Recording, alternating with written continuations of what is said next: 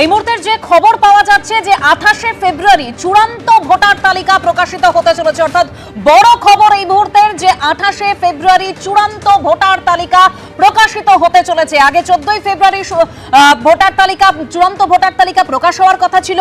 গতকাল যেটা একেবারে সুপ্রিম কোর্ট নির্দেশ দিয়েছিল যে স্ক্রুটিনির জন্য আরো 7 দিন সময় বাড়ানো হোক এবং তারপর 14ই ফেব্রুয়ারি ভোটার তালিকা প্রকাশিত হবে না, অর্থাৎ চূড়ান্ত সেটা বোঝা গিয়েছিল। আর এবার যে খবর পাওয়া যাচ্ছে একদম যে 28শে ফেব্রুয়ারি চূড়ান্ত ভোটার তালিকা প্রকাশিত হতে চলেছে।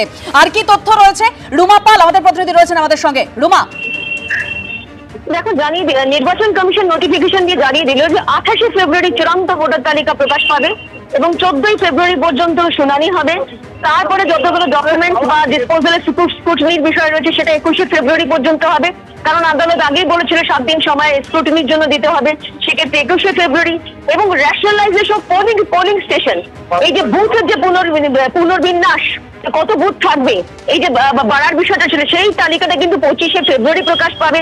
এবং চেকিং অফ হেলথ প্যারামিটার, মানে এগুলো সমস্ত ঠিক আছে কিনা সেক্ষেত্রে 27শে ফেব্রুয়ারি রিলিজ করবে এবং 28শে ফেব্রুয়ারি কিন্তু চূড়ান্ত ভোটার তালিকা প্রকাশ পেতে চলেছে।